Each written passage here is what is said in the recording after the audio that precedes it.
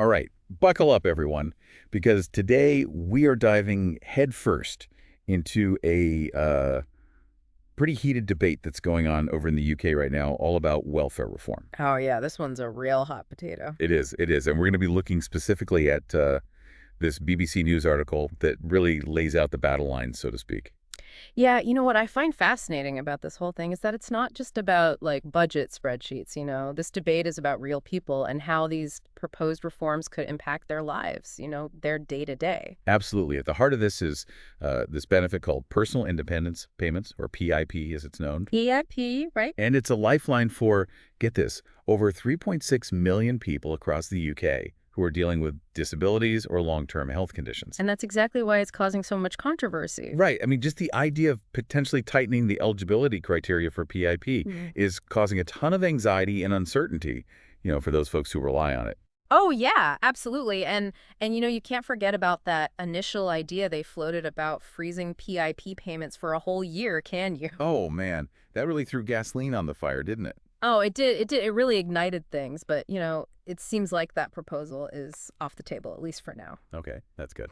But what's interesting, I think, is the fact that they even considered it in the first place, right? Yeah. It really brought to the surface some fundamental questions about, well, how do we support those who need it most, especially when things are, economically tough? Yeah, no, that's a great point. It Yeah. really forces us to grapple with this whole idea of balancing economic realities with taking care of the most vulnerable in society. Exactly. Exactly. So let's get into it then. Why is the government pushing for these reforms in the first place? What's their main argument? Well, from what I've gathered, they're saying that these reforms are crucial, essential for making sure the welfare system can actually survive in the long term, keep going for years to come. So it's all about sustainability, then. That seems to be the big buzzword. Yeah. They're pointing to how much these benefits cost and saying that tough choices have to be made, especially now with the economy being so, unpredictable. Okay, so they're saying, look, we have to make some changes to ensure the system doesn't just collapse under its own weight, basically. Exactly. Exactly. And they're also really emphasizing this idea of, encouraging people to enter the workforce if they're able to. Oh, the whole helping people help themselves approach. Right, right. And, on the surface, it sounds, well, reasonable enough. Yeah, but isn't that a bit of an oversimplification? I mean, people with disabilities often face huge barriers when it comes to employment, even if they desperately want to work. You're hitting the nail on the head there, and that's where a lot of the pushback is coming from, even from, surprising places. Like from within the prime minister's own party. Exactly, exactly. Some Labor MPs have been really vocal about their concerns, haven't they? Yeah, it seems like they're not buying the government's argument. Not entirely. No, they're saying that supporting people with disabilities, it's not, just a nice thing to do. It's a fundamental part of what they call the social contract. What do they mean by that? Well, they're saying that it's about more than just handing out money. It's about dignity, fairness, and recognizing that everyone deserves a chance to live a decent life. I see. So they're taking a more moral stance on it. Exactly. And, it's not just them either. Lots of charities and advocacy groups are also jumping into the ring. They're saying these reforms could end up pushing people who are already struggling further into poverty. Which kind of defeats the purpose, doesn't it? Yeah. If the goal is to help people become more self-sufficient, making their lives even harder seems counterproductive.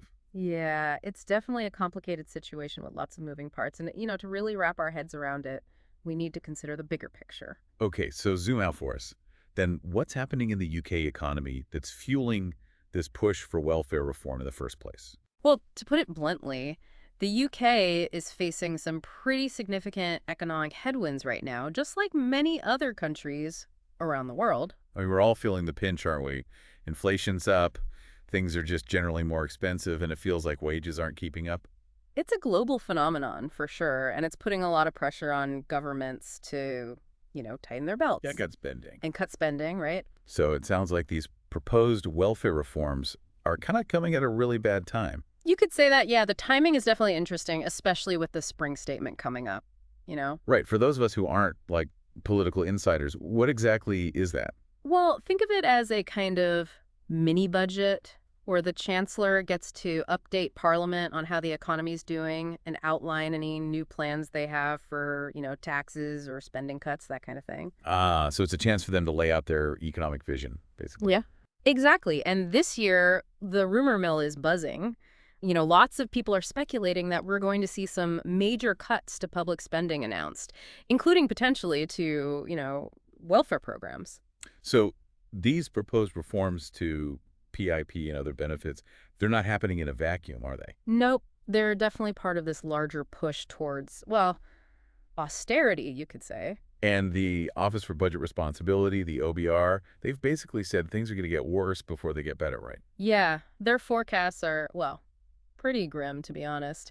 They're projecting that spending on health and disability benefits could almost double by 2029, 2030. Whoa, double. That's a huge increase. It is, it is. And, it makes it a little easier to understand why the government's feeling the heat, so to speak. Yeah, I mean, even if you don't agree with their proposed solutions, you can at least see where they're coming from with all this pressure. Definitely, it adds a whole other layer of complexity to this whole debate. Right, because it's not as simple as saying, oh, the government's just being heartless. Right. They're facing a real dilemma here. They are. They are. And it forces us to ask some tough questions like, are they choosing the right way to tackle these challenges? Are there other options, other solutions they haven't considered? That's the million-dollar question, isn't it? It really is. And it's a question we need to keep in mind as we, delve deeper into this whole debate.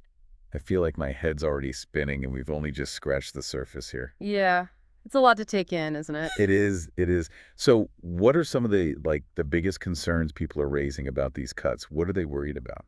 Well, I think a lot of it comes down to the real world impact, right? We're not just talking about numbers on a spreadsheet here. We're talking about whether people can afford to put food on the table, pay their rent, get to the doctor. Yeah, those basic necessities that, most of us take for granted. Exactly, exactly. And, for people who are already struggling to make ends meet, even a small cut to their benefits could make a huge difference.